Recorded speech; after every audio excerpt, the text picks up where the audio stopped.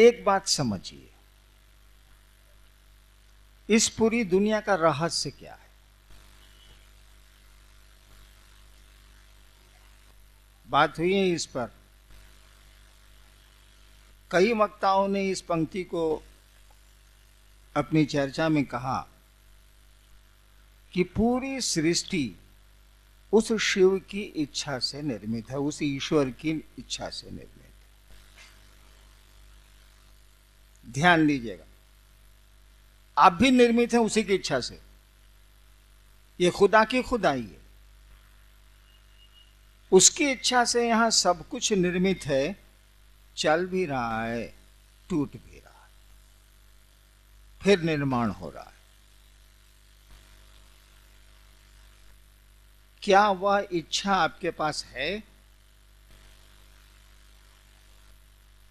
मैं महोत्सव में नहीं बोल रहा, इसीलिए समझने की कोशिश करिए। वह इच्छा आपके पास भी है। क्या नहीं बनाए हम लोगों ने, बनाते चले जा रहे हैं। बीमारियों से लड़ने के साधन, रहने की व्यवस्था, आवागमन के नए नए उपाय, आवाम, क्या नहीं बनाए? किस चीज से बनाए? अगर सोचा नहीं होता, अगर संकल्प नहीं लिया होता, न टेबल बनता, न मकान बनता, न हवाई जहाज बनते, न पनडुब्बियां बनती। किसी ने सोचा, ज्ञान लिया, क्रिया की। यानी मूल बात है उसकी सोच, उसकी इच्छा। उसकी इच्छा, उस कहा जाता है कि शिव की इच्छा में तो बड़ा बल है, उसकी इच्छा ही शक्ति है। कहा जाता है शिव की इच्छा ही शक्ति है। शिव शक्तियों से जाने जाते हैं, उसी की इच्छा से वो जाने जाएंगे। वो आप में भी आई है। और बहुत कुछ तोड़ते हैं आप, बहुत कुछ बनाते हैं आप, बहुत कुछ रखते हैं आप। और इसके पीछे एक ही रहस्य है, आपका संकल्प। संकल्प शब्द का प्रयोग इसीलिए किया गया है कि आपकी इच्छा थोड़ी कमजोर है उस ईश्वर से। आप अस्पताल जा रहे हैं, नहीं भी जा सकते हैं। आप सर्कस देखने गए हैं, लौट आ सकते हैं। कोई घटना आपको वापस बुला सकती है। यानी इच्छा है आपकी कि आज सिनेमा जाएंगे, सिनेमा हॉल में बैठे भी हैं आप सिनेमा देखने को, और दुर्घटनाएं आपको घर भेज देती हैं, दूसरी जगह भेज देती हैं, और आपको जाना पड़ता है। यानी इच्छा तो है सिनेमा देखने की, लेकिन वो इच्छा टूट गई, किसी ने तोड़ दिया या टूट गई। यानी हमारी आपकी इच्छा है कमजोर। लेकिन यही इच्छा जब संकल्प का रूप लेती है, यही इच्छा जब भाव का रूप लेती है, एक ही चीज है वो, प्रेम, भाव और विचार। इच्छा जिसको बोलते हैं, इच्छा में विचार ही है, थॉट्स है। वही इच्छा जब मजबूत होती है तो आप इसको भाव शब्द देती हैं, है वही। यही भाव जब मजबूत होते हैं तब आप प्रेम या दुश्मनी जो कहिए, आप प्रेम का रूप देते हैं, है वही। पानी वही है जो भाप भी बना है, या भाप वही है जो पानी भी बनता है, और बर्फ भी है वही। यानी उस सृष्टिकर्ता के पास जाने के साधन आपके पास हैं, क्योंकि उसने अपनी इच्छा से पूरे जगत का निर्माण किया है। आप अपनी इच्छा से शिव के पास जाएंगे। वो ऊर्जा आपको दी हुई है, वो अस्त्र आपके पास है, वो साधन आपको दिया हुआ है। आपकी इच्छा कमजोर है, इसीलिए कहा जाता है कि इस भाव होगा तो शिष्य बनेंगे आप, भाव होगा तो देवता लभ्य होंगे, भाव होगा तो देवताओं का दर्शन होगा। कुछ नहीं है, ये आपकी इच्छा है और कुछ नहीं है। इच्छा अभी होती है फिर टूट जाती, लेकिन इच्छा जब ठहर जाएगी तो उसके रूप बदलेंगे, उसके परिणाम भी बदलेंगे। रहेगी मटेरियल वही है, सामान वही है, वेस्ट वही है, हाइड्रोजन 2 ऑक्सीजन 1, उतना ही है। पानी में, बर्फ में, भाप में, मटेरियल तो एक ही है। मटेरियल आप ही के पास, वो इच्छा का मटेरियल है। उसको आप मजबूत करते हैं तो भाव बनते हैं, और बोल देता है लोग भावेन लभते देवता भावेन देव दर्शन, भाव से देवता मिलते हैं, भाव से देवताओं का दर्शन होता है, बोल देता है लोग। ये भाव कुछ नहीं है, आपकी इच्छा है, उस दिशा में इच्छा का मजबूत हो जाना भाव है और कुछ नहीं। शिव मेरे गुरु हैं, इस इच्छा का संकल्पित हो जाना, मजबूत हो जाना शिष्य भाव है और कुछ नहीं। अब आइए, शिवलिंग की पूजा करते हैं हम आप। यह प्रश्नकर्ता का प्रश्न गलत था कि मैं मना करता हूं, मैं कतई मना नहीं करता, मना तो जरूर करूंगा भाई साहब।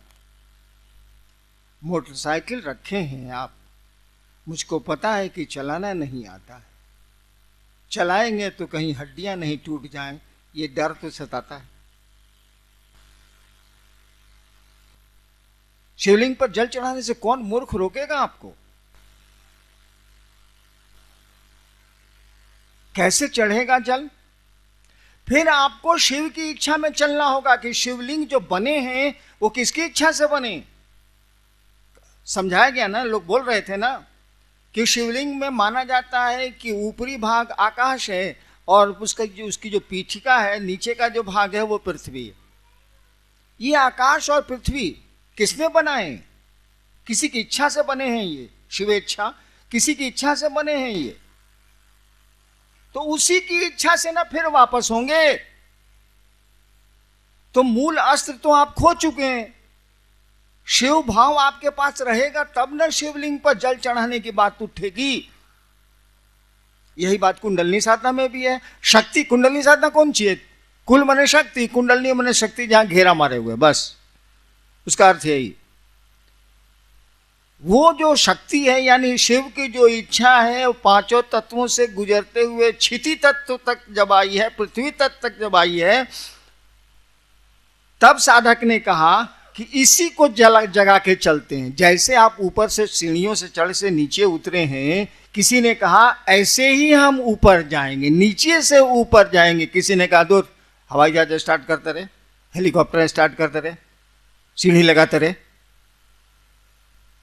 तो उन्हीं रास्तों से चढ़ने का नाम है कुंडलनी साधना। ये कुंडलनी उतरी कैसे है भाई साहब? ये शक्ति आई कैसे है पृथ्वी तत्व में? शिव की इच्छा से आई। अपार शक्ति है, गजब की शक्ति है। कहा जाता है कि मिट्टी में जो ताकत है, क्षिति तत्व में जो ताकत है, करोड़ों बिजलियों की चमक है। एक बिजली की चमक तो जुल्म है। कोटि सौदामिनी भाषाम, करोड़ों बिजलियों की चमक है। सोचिए उसमें कितनी ऊर्जा है, कितनी ऊष्मा है।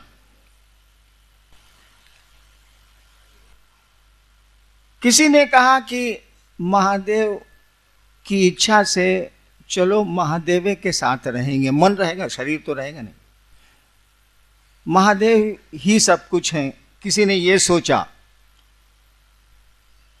जैसे जैसे उसका मन शिव की इच्छा के करीब जाएगा, उसकी शक्तियां तो और ऊपर उठती जा रही हैं कि नहीं जा रही हैं? क्यों शक्तियों को उठाएगा साला?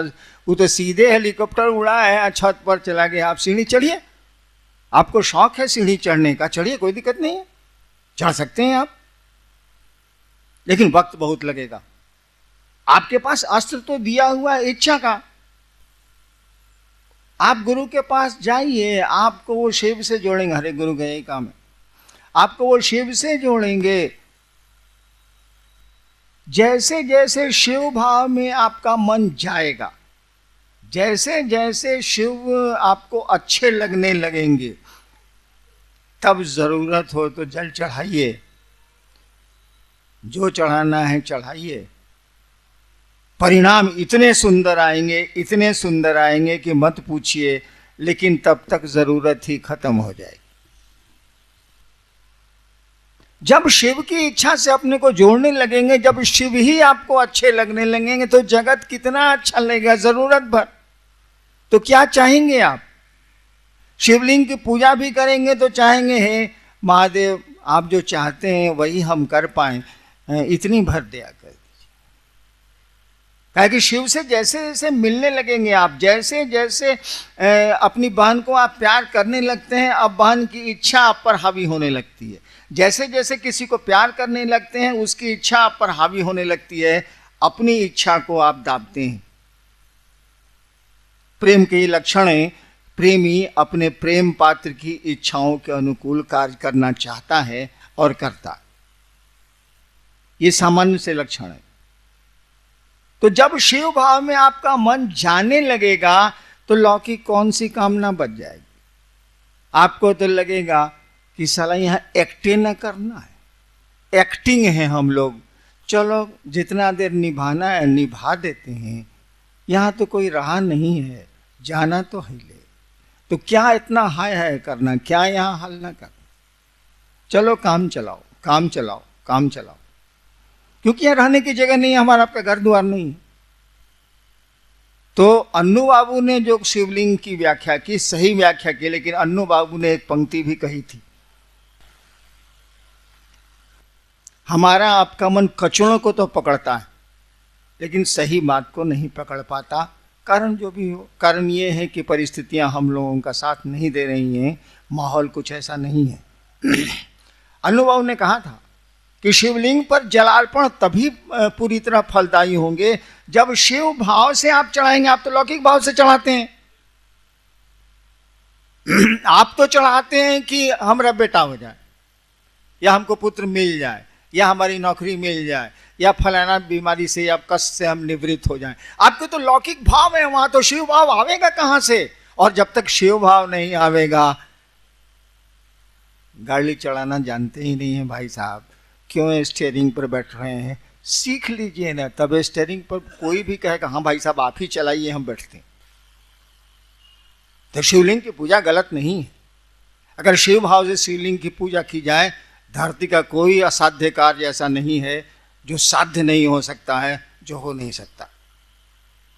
लेकिन जब शिव भाव में मन चला जाएगा, जब बहन को मन मानने लगा है और वो लाल साड़ी पसंद करती है और आपको लाल साड़ी पसंद नहीं है, आप तो उसके लिए लाल साड़ी ही खरीदेंगे। तब तो आपकी अपनी इच्छाएं शमित होने लगेंगी, दबने लगेंगी, इच्छाएं घटने लगेंगी आपकी अपनी। और आप जिसको मानते हैं, जिसको प्यार करते हैं, उसके आकर्षण, उसकी बातें आपको प्रभावित करेंगी। ठीक वही बात है पूजा की दुनिया में भी। अन्नू बाबू ने कहा था कि शिव भाव हो तो शिवलिंग पर जल चढ़ाएं आप, ठीक है, कमोबेश तो मिल ही जाता है। कुछ भाव होता ही है शिव के प्रति, ज्यादा भाव होता है अपने काम के प्रति, तो कुछ ना कुछ तो मिल ही जाता है। लेकिन पूरा अगर चाहिए तो शिव भाव में जाना होगा, और शिव भाव में जैसे जाइएगा इच्छा ही खत्म हो जाती है, मारो ठीक है, यही होता।